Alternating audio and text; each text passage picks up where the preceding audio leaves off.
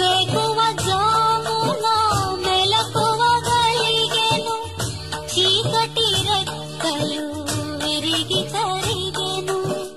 నీతి సూర్యుడే మేలు కొలిపెను, ఆత్మదీపమే ఆరాధించెను.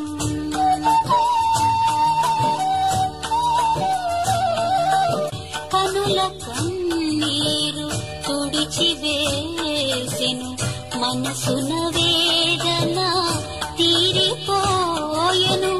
సడలి